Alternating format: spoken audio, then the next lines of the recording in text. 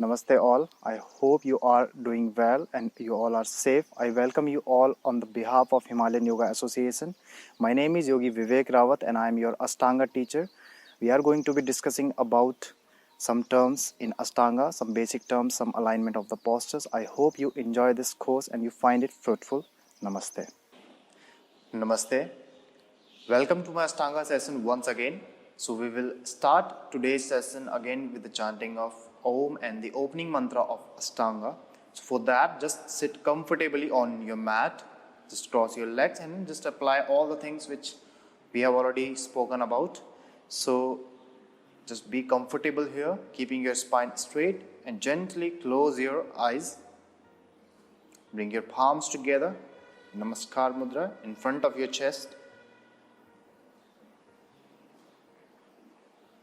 Take a deep inhale.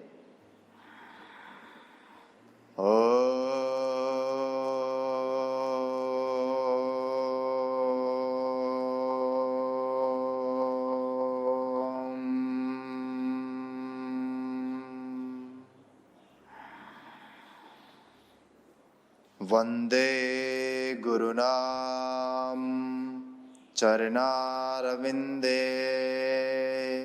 Sandarsita Swatma Sukha Vabodhe Nisreyase Janglikayamane Samsara Hala Hala Mohashantyaye Abahu Purushakaram Sankhchakra Siddharinam Sahasrasir Samsvetam Pranamamim Patanjalim.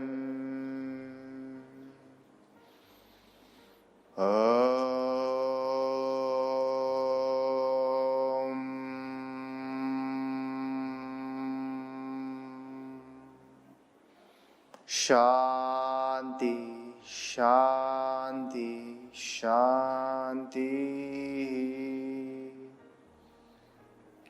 Bend your head forward towards the fingers, pray to the God. Think about the positive things. Gather the positive energy. Lift your head up. Rub your palms together. Create a nice energy, positive energy. Place your palms on your eyes, on your face. Slowly, slowly take it down to your throat, to your chest. Release your arms down. Open your eyes by looking down. Be comfortable.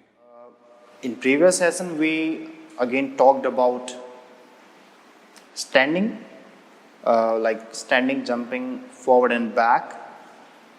This time we need to understand what is sitting posture, like from sitting posture, how to lift yourself up and then how to jump back and how to jump forward.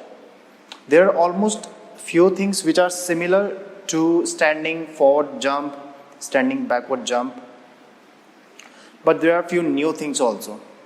So let's have a look over those things.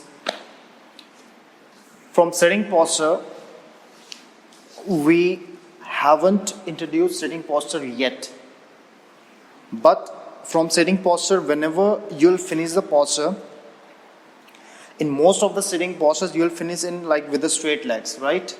Or if you finish in any kind of asymmetrical condition, from there on you can like straighten your legs in Dandasana. This is Dandasana, staff pose, let me tell you. Now, our main topic is how to jump back, jump forward. So, firstly, see.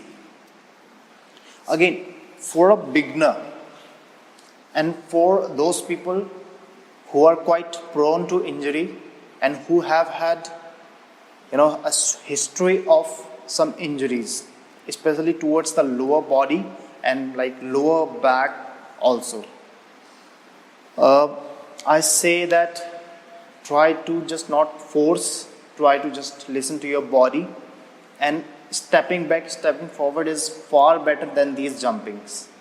But again, if you are fit, if you want to challenge yourself a little bit, if you want to just keep yourself more active, more, these kind of dynamic ways you want to adapt, so just be here in Dandasana. Hope you can see me from here with my straightened legs, straight spine. Now see from here what is going to happen. So the main posture is you are going to drop your palm around, like behind your knees. So if you drop your palm just in line with your hips, from here on you need to lift your entire body up. Lift your hips up, lift your entire legs up with your arm strength and with your core strength. So if you are going to do that while placing your palms beside your hips, see, as you can see, it is very difficult for me. It is going to be quite difficult for you because it will not allow you. See. But if you keep it too much forward, like beyond the line of the knees, then again it is very hard, because here you cannot utilize the power of your core. So you need to find a place where you can utilize the power, the strength of your core muscles, and at the same time your arms, your shoulders. So here, just find that spot so it is around, like behind the line of the knees. So from here on, generally with the inhalation we lift ourselves up. But I say if you have any kind of lower back issues, you can do this with a slight exhalation, because exhalation, it will like make your belly muscles squeezed, which will protect your lower back. So from here, pointing your toes forward, keeping your legs straight, slightly leaning forward with a straight spine. Do not do this. If you do this, like, it is going to be very challenging or kind of injurious for you. So bending forward with a straight spine, even you just have to bend this much. Placing your palms down beside your outer thighs, so just behind the line of the knees. And as you inhale or slightly exhale, try to lift up like this, right? But again, you can adjust the blocks here. Now it will be a bit easy for you, but I am not saying it would be like totally easy for you. If you don't have core strength, don't have shoulder strength, if you struggle so much in plank pose and you're just directly doing something which is like beyond the capacity of what you have, then it is going to be injurious in some ways. So be aware of that. Just pressing the block down firmly, and as you inhale, using your core power, using your front thigh muscles, using your hip flexors strength, using your arm strength, shoulder strength, and lift all the way up like this, right? So first step is lifting yourself up nicely, safely. After that, what is going to happen? Until and unless you don't have a nice forward fold, in these jumps you will struggle a lot, because strength is something which you can gain very quickly. I mean, not in just few days, but if you just keep on doing Ashtanga and some plank challenges and some other activities, or even running, strength is something which you can gain very easily as compared to flexibility. Flexibility is something if you for the whole life, if you have indulged yourself in some kind of activities where you haven't kept your body in a symmetrical way, then flexibility would be challenging for you to achieve flexibility. But strength, you can achieve it quickly as compared to flexibility. So here we are just focusing on some tips, some principles, right? So if you have nice forward fold, it is going to be less challenging for you. But if you don't have, then still it can be, but you will have to just be aware of some areas. So first step is you lifted yourself up. From here, try to cross your legs and bring your knee close to your chest. Second step is bring your both knees close to your chest as much as you can do and cross the ankles. As you can see me again from here, so that you can see my anterior part of the body, how I'm crossing my legs. So as I inhale, I lifted myself up. And from here, I'm just crossing my ankles and bringing my knees closer to the chest, right in this way. So this is the next step. If your knees are not closer to the chest, again, a struggle is going to come into action, right? So second step is you just crossed your legs, knee to the chest. Then from here, lift the hips up, drop the chest down and throw your legs back. Now this part is quite challenging here. What you need to do, firstly, when you have brought your knees close to your chest, then from there on you just focus on, firstly bend your elbows, drop your chest down, lift your hips up and quickly open your legs back. Because when you hold it for too much time, you'll have some kind of awkward pain on your core. If you have nice, great core power, then that's a different thing. It will be easy for you. But if you don't have, then the pressure would be shifted to your lower back, right? Your arms would be kind of burning. So just throw your legs back, open your legs and come into Chaturanga Dandasana, okay? This is for those who don't have injury or they can perform. For those people who are struggling here, just do one thing. From here, do not lift yourself up. Just cross your legs like this. Right? Hips on the floor. Cross your legs. Point your toes. Cross your ankles. Cross your shins. Bring your knee closer to your chest. It's okay if you're rounding your spine a little bit. It's okay, but keep your core nicely engaged. Because for some people who don't have proper hip flexion, they will round their back. So keep doing that. Press the palm down. Now from here, if you lift yourself up, it would be less challenging for you as compared to the straight legs. From here, as you inhale, up and then jump back. Chaturanga, right? Again, if you're still not feeling comfortable here, do one thing. From here, just keep your both feet on the floor and throw the outer edges of the feet. Try to walk back. Just keep your palms on the floor. Just lift your hips up. Just only hips. And you can just walk back like this. And when you're here, now from here, bend your elbows and take your legs one by one back. So here, you're not, as I already told you in one video, that when we just work on a lot of joints, that means that posture, we are making it advanced.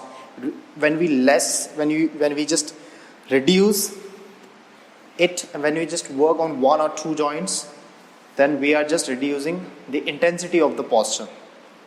So as you saw, pressing your outer palms down and walking back through your outer edges and then throwing your legs back.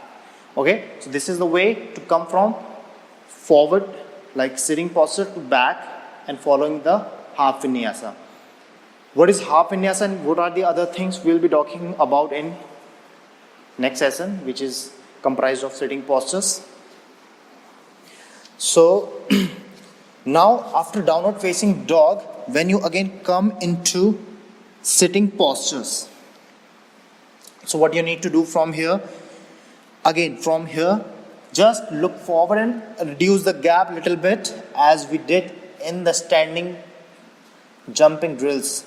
From here again, bending your knees, aim for the jumping, keeping your spine straight, firstly lifting your heels up, engage your arms, engage the arches under your palms, As you inhale, jump and then sit down. Okay?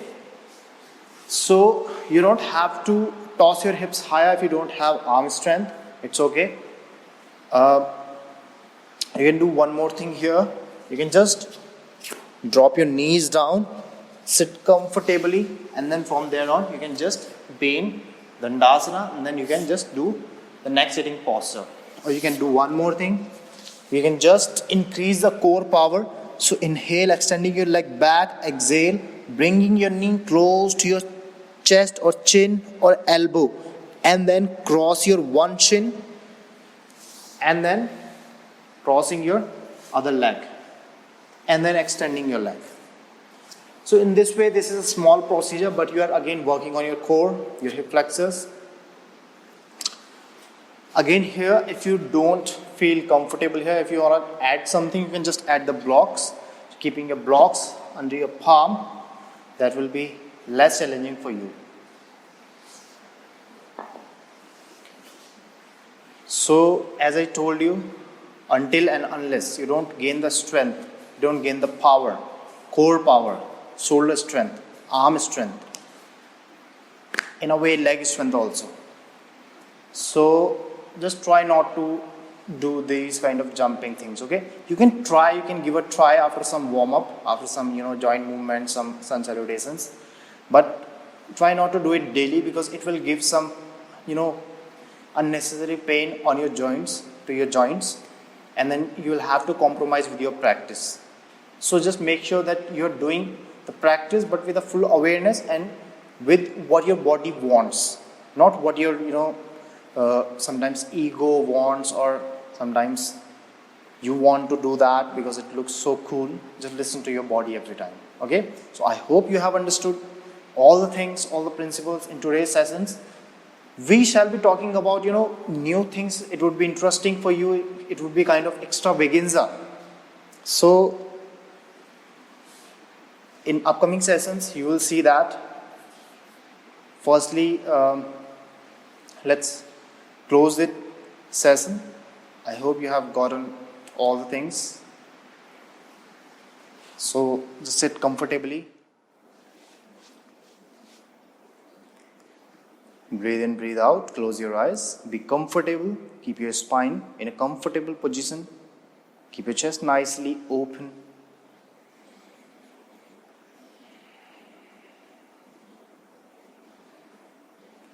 Bring your palms together. We'll chant one time Om, the closing mantra of Ashtanga. Inhale.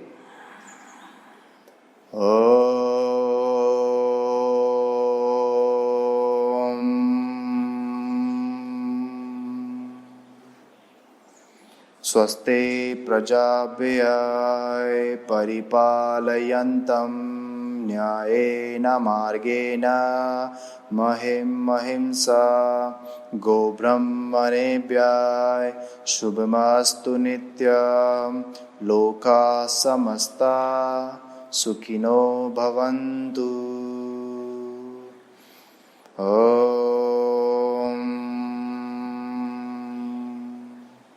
Shanti, Shanti, Shanti. Drop your forehead down, give thanks to the God. Be thankful, lift your head up, release your arms down, open your eyes. So see you in the next session. I hope you enjoy. Till that time, Namaste.